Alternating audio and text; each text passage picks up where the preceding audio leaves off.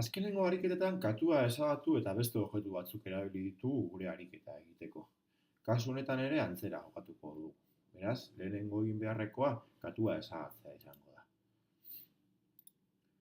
Orain arte, katua ezabatu dugun guztietan, dagoeneko sisteman geneukan objektu bat erabili dugu. Oraingoan, lehenengo objektua behintzat geuk marraztuko dugu. Horretarako hemen, lehenengo botoia sakatuta, agertuko den editore hau erabilita, kesitxo bat egitea izango da helburua. Horretarako, bakoitzaren abilesiaren arabera, aukera desberdina ditugu.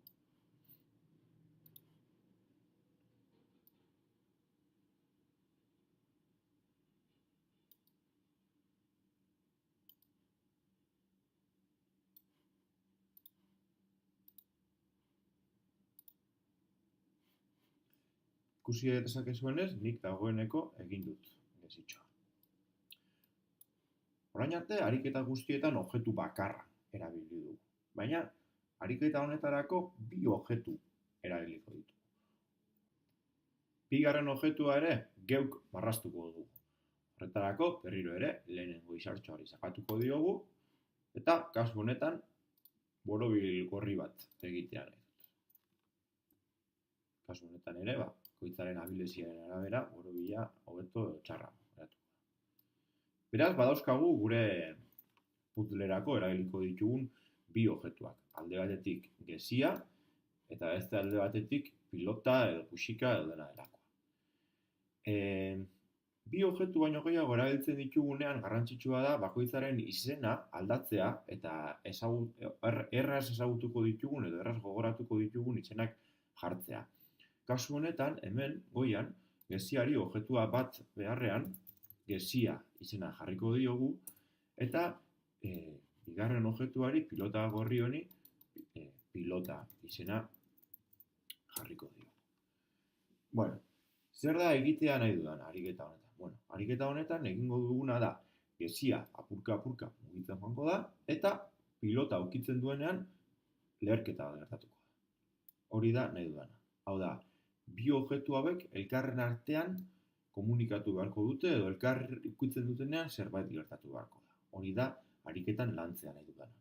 Horretarako, gezian kolokatuko gara eta egin beharreko lehenengo gauza geziari mugimendua ematea izango da. Horretarako, kontrola kategoriatik banderita sakatzean pieza hartuko dugu lehenengo piezatzat. Ondoren, importantea da gezia beti gure puzzleari hasiera ematen digunean beti leku berdinean hastea. Horretarako, mugimendua kategorian badago joan zenbaki bat X-era, joan zenbaki bat ira jartzen duen pieza bat. Pieza hori hartuko dugu, eta besterik gabe, banderita sakatzen dugun bakoitzean, gezia oraintxe daukagun tokian kolokatuko da. Ondoren, itxura kategoriatik erakutsi jartzen duen pieza hartuko dugu. Pieza honek oraindik ez dauka zentzu handirik, baina aurrerasiago ikusiko dugu zertarako erabiliko dugu. Behin hau eginda, nik gezia mugitzen joatea nahi dut pilota ukitu arte. Horretarako kontrola kategoriaren barruan, nahiko behan badaukagu errepikatu zerbait arte jartzen duen pieza bat.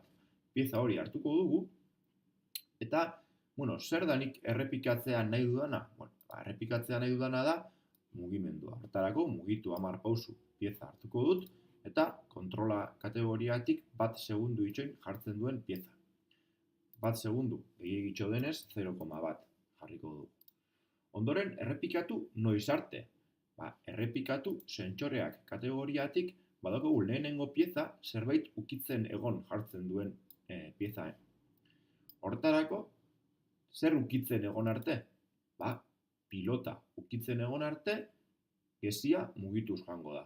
Eta pilota ukitzen duenean, itxura kategoriatik eskutatu jartzen duen pieza hartuko dut. Hau probatu daiteke dagoeneko eta ikusiko dugu nola gezia mugitzen joango den eta pilota ukitzen duenean izkutatu edo desagertu egingo den.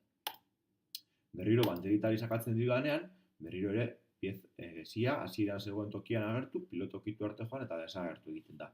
Horregaitik hemen erakutsi honek zentzua hartzen du. Ariketarekin jarraitzeko pilotan kolokatuko gara eta itxura pestainara etorriko gara. Pestaina honetan, mozorro berri bat inportatuko dugu.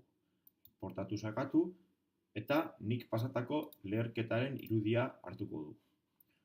Beraz, momentu honetan, pilota eta leherketa edukiko ditugu. Eta mozorroa aldatu egingo da. Guk berriro pilotan klik egiten badugu, pilota edukiko dugu. Gidoira etorrita, kontrola kategoriatik banderita sakatzean jartzen duen pieza hartuko dut, eta hasiera batean beti, banderita sakatzen dudan bakoitzean, beti pilota ikustea nahi dut.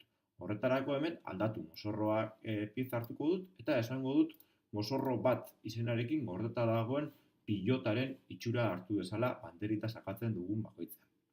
Ondoren, kontrola kategoriatik beti hartzen duen pieza hartuko dut, eta betiren barruan baldin eta jartzen duen pieza. Baldin eta zer?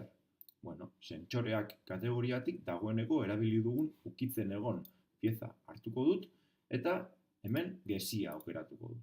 Hau da, gezia ukitzen duenean zerbait egin beharko du. Zer egingo du? Egingo duena da mozorroa aldatu. Eta boom izenarekin gordeta daukagun mozorroa hartuko du. Hau dagoeneko probatu daiteke, eta ikusiko dugu nola gezia gerturatzen doan, eta pilota lehertzen. Besterik gabe, ariketa bukatutzat eman.